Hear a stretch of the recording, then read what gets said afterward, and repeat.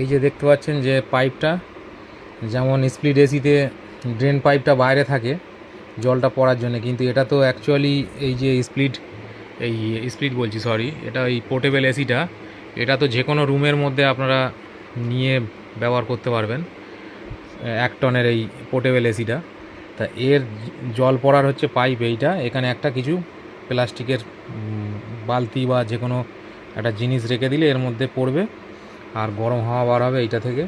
এখানে একটা এক্সস্ট পাইপের মতন আছে, জানলা দিয়ে স্লাইডার জানলা হলে জানলার মধ্যে দিয়ে গরম হাওয়াটা বার হয়ে যাবে ওই পাইপের সাহায্যে। আর এই হচ্ছে কম্প্রেসার।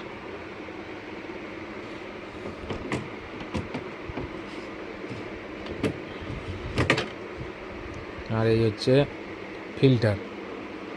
আর এই হচ্ছে কুলিং কয়েল, এখান থেকে গরম হাওয়াটা টানে। এখানে একটা সেন্সার আছে।